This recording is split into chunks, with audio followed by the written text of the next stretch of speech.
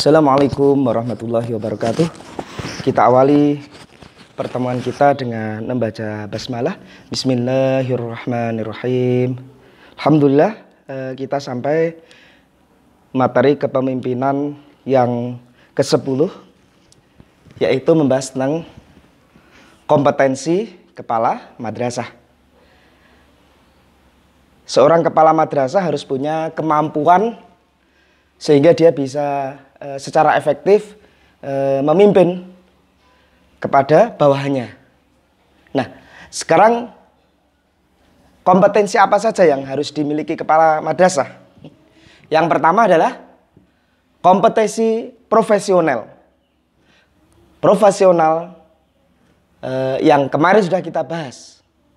Kepala sekolah sebagai leader, pemimpin, sebagai manajer, pengelola, sebagai edukator, membina, mengajar, sebagai motivator, pemberi semangat, spirit, sebagai supervisor, pengawas dan membina, kemudian sebagai administrator harus tertib administrasi madrasahnya, terus yang terakhir adalah sebagai inovator yang selalu memberikan ide-ide pembaharuan bagi madrasah.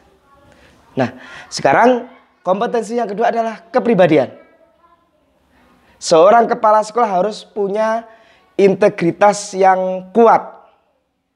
Dia punya komitmen yang tinggi untuk memimpin lembaganya. Dia punya tanggung jawab. Dia tidak pernah korupsi. Dia seorang yang jujur, punya integritas yang kuat. Yang kedua, keinginan mengembangkan diri. Misalnya dia pendidikannya adalah S1, maka karena dia punya keinginan dengan dirinya, maka dia akan studi lanjut S2. Bahkan kalau perlu, sekarang ini sudah masanya seorang kepala sekolah itu doktor S3.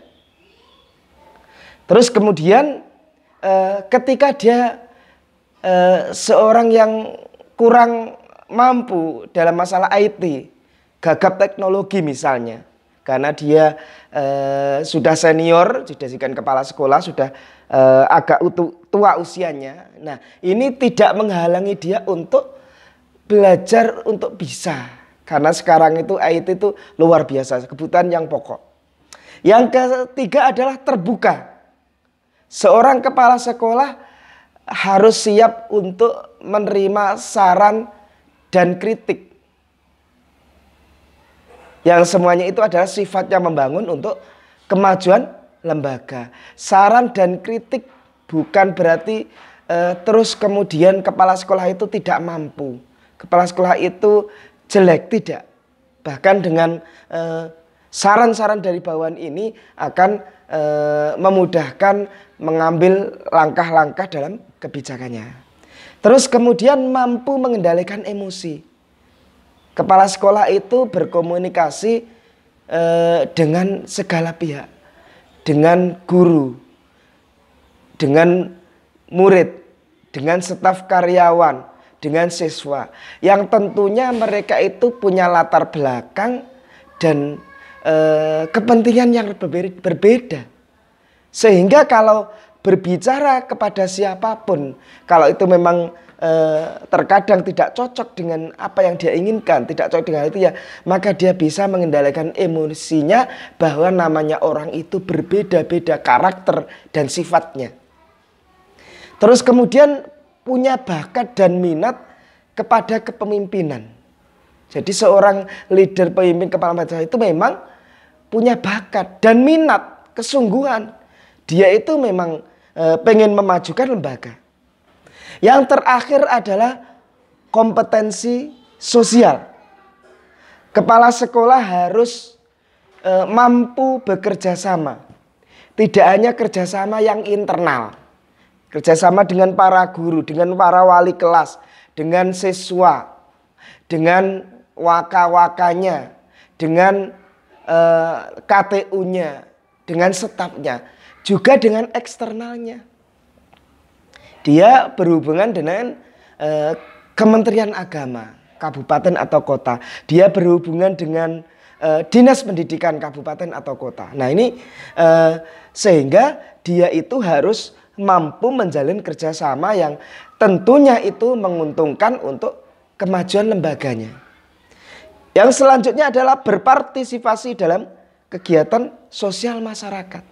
Seorang kepala sekolah tidak hanya dituntut menjalankan tugas-tugasnya di internal sekolah, tapi ketika sekolah butuh untuk berhubungan dengan masyarakat, misalnya promosi lembaga, dia seorang kepala madrasah aliyah, dia harus promosi ke sekolah di bawahnya, misalnya SMP ataupun madrasah sanawiyah. Nah ini dia harus ikut berpartisipasi dalam promosi lembaga ini.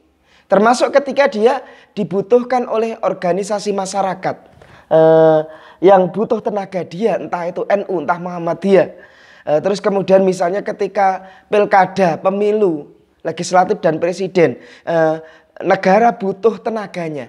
Nah ini namanya kepala madrasah ini siap untuk membantu demi kepentingan sosial kemasyarakatan, dan dia harus ada kesediaan. Yang terakhir adalah punya kepekaan sosial terhadap orang atau kelompok lain. Misalnya ada seorang guru, mertuanya meninggal. Nah ini seorang kepala sekolah harus punya kepekaan. Maka dia harus mengorganisir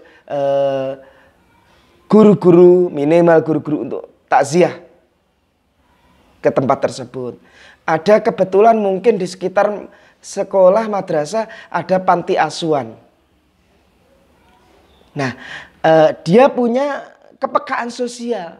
Seorang kepala madrasah berarti memang harus menyediakan dana bansosnya, bantuan sosialnya.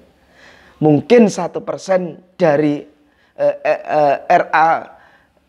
RABM, ya, jadi rencana anggaran belanja madrasah, atau mungkin bahkan sampai 2,5% setiap tahunnya. Nah ini contoh kepala madrasah punya kepekaan sosial. Nah demikian kompetensi yang dimiliki oleh kepala sekolah, kepala madrasah, yaitu kompetensi profesional, kompetensi kepribadian, dan kompetensi sosial. Kita akhiri pertemuan kita. Wallahul muwafiq ila aqwamit thoriq. Wassalamualaikum warahmatullahi wabarakatuh.